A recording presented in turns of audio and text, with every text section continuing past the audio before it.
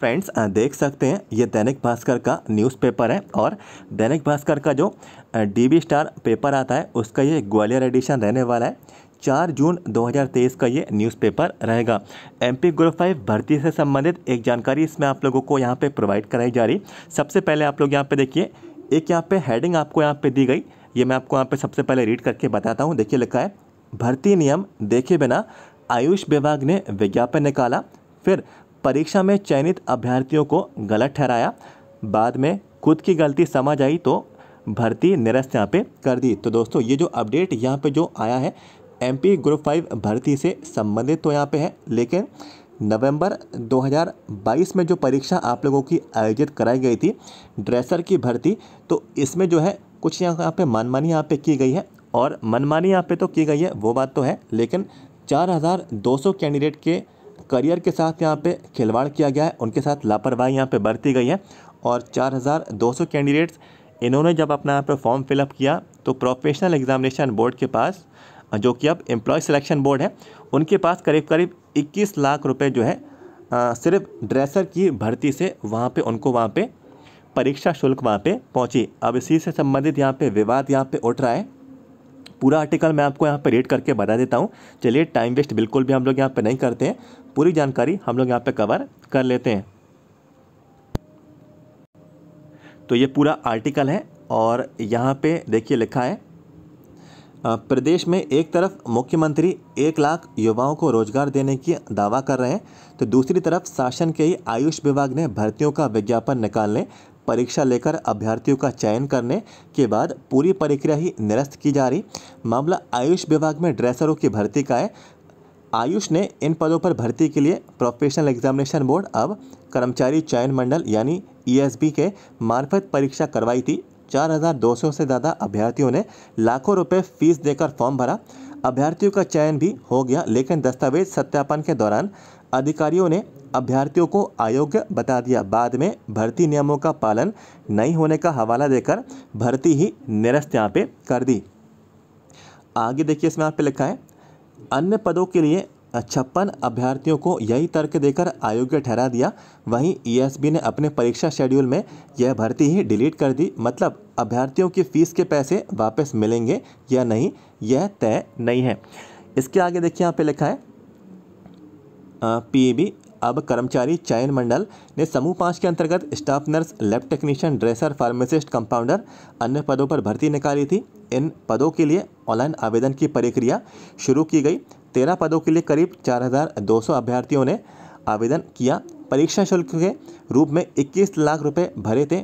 25 नवंबर से 1 दिसंबर तक इनकी परीक्षाएं हुई और 2 जनवरी को रिजल्ट आया।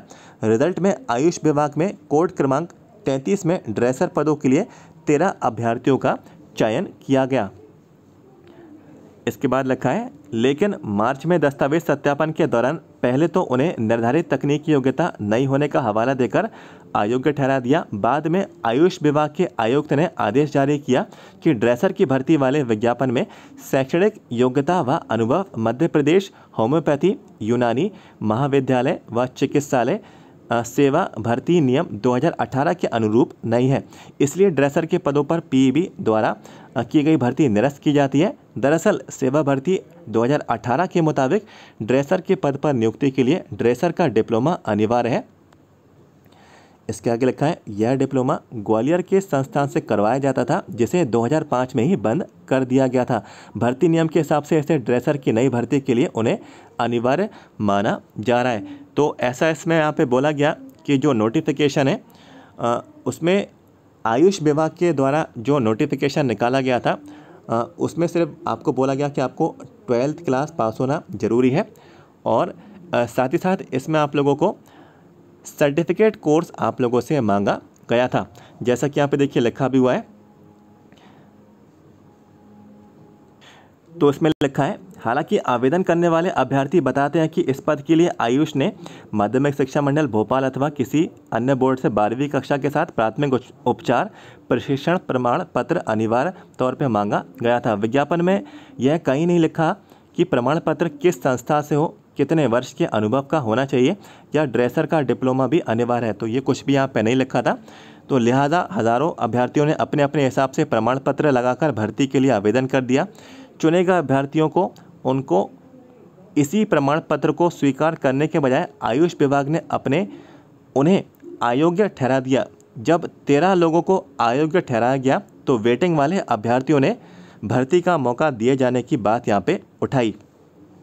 इसके बाद लिखा है, हालांकि इस बीच आयुष विभाग के अधिकारियों को अपनी गलती समझ आ गई, इसलिए भर्ती प्रक्रिया ही निरस्त कर दी। अब हम लोग यहाँ पे देखते हैं कि जो ESBMEs एम्प्लॉय सिलेक्शन बोर्ड क्या बोलता है इस मामले में। और यहाँ पे जो मध्य प्रदेश आयुष विभाग है, मध्य प्रदेश आयुष जो डिपार्टमेंट है, तो वो इस बारे में यहाँ पे क्या बोलते हैं। तो इनके जो संचालक हैं, इनसे DB स्टार वालों की बात हुई थी, तो इन्होंने देखिए क्या बोला, लिखा हुआ है यहाँ पे, योग्यता संबंधी पैमाने तो आयुष विभाग ने तय किए। तो देखिए इसमें यहाँ पे लिखते हैं, ड्रेसर के पदों पर योग्यता संबंधी पैमाने आयुष विभाग ने तय किए थे। हमने परीक्षा लेकर जनवरी में इसका रिजल्ट जारी कर दस्तावेज सत्यापन के लिए विभाग को सौंप दिया गया था। हमने अपने रिकॉर्ड से अप्रैल 2023 में यह भर्ती डिलीट कर दी है। फीस और अन्य मामलों में हम कुछ नहीं कर सकते।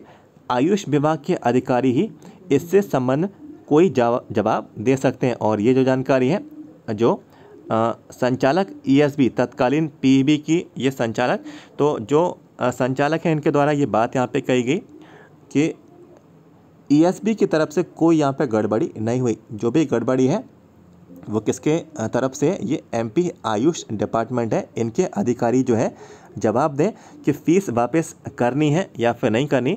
ESB वालों ने बोला कि हमने अपनी परीक्षा आयोजित कराई, रिज़ल्ट जो है पब्लिश कर दिया, और रिज़ल्ट के बाद जो लिस्ट थी वो लिस्ट जो है डिपार्टमेंट को भी भेज दी। तो इनका काम यहाँ पे ख़त्म हो गया। अब जो सारी दारमदार है, जो जिम्मेदारी है, वो MP आयुष डिपार्टमेंट की है और इन्हीं के अधिकारी जवाब दें, ऐसा जो है एम्प्लॉय सिलेक्शन बोर्ड की जो संचालक है, इन्होंने ये जो है जवाब दिया। अब देख लेते हैं कि जो संचालक हैं आयुष विभाग के, वो क्या बोलते हैं। तो देखिए लिखा है, ड्रेसर के पद भरने के लिए परीक्षा लेने और योग्य अभ्यर्थियों का चयन करने के बाद भर्ती निरस्त क्यों की गई। तो ये सवाल पूछा गया। तो देखिए जवाब क्या मिला, भर्ती परीक्षा के लिए जो योग्यता तय की गई थी वह भर्ती सेवा नियम 2018 के अनुसार नहीं थी। फिर एक और सवाल पूछा गया, लेकिन योग्यता तो आयुष विभाग ने ही तय की थी, कर्मचारी चयन मंडल को बताई थी। तो लिखा, यह मेरे से पहले वाले अधिकारियों को पता होगा कि किसने तय की थी। इसके बाद एक और सवाल पूछा गया, तो अब परीक्षा में चुने गए अभ्यर्थियों का क्या होगा। तो लिखा है, हम नए सिरे से नियम तय कर भर्ती परीक्षा कराएंगे।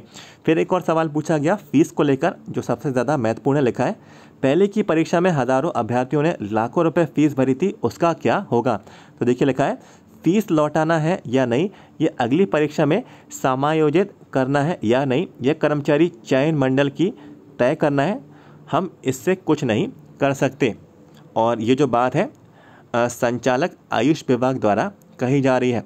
तो आयुष डिपार्टमेंट वाले बोल रहे हैं कि ESB वाले इसको यहाँ पे मैटर सॉल्व करेंगे, और ESB वाले बोल रहे हैं कि इसका जो मैटर है आयुष विभाग के अधिकारी सॉल्व करेंगे। ऐसे में आगे क्या होता है, जो भी इन्फॉर्मेशन है मैं आप लोगों को यहाँ पे प्रोवाइड कराऊंगा। और देखिए जितना भी अपडेट न्यूज़पेपर में आता है, जितनी भी इन्फॉर्मेशन वेबसाइट पे आती है, जितने भी नोटिस जारी होते हैं, मैं आपको सारी इन्फॉर्मेशन ग्रुप 5 की भर्ती से संबंधित आप लोगों को प्रोवाइड कराता हूँ। चैनल से आप लोग जुड़े रहें। सबसे पहले वीडियो को लाइक कर दें, कोई भी जानकारी आपसे ना छूटे। चैनल को सब्सक्राइब भी कर लें, वीडियो के नीचे जाएं, सब्सक्राइब के रेड बटन को क्लिक करें, हर अपडेट आगे भी पाते रहें। Thank you so much.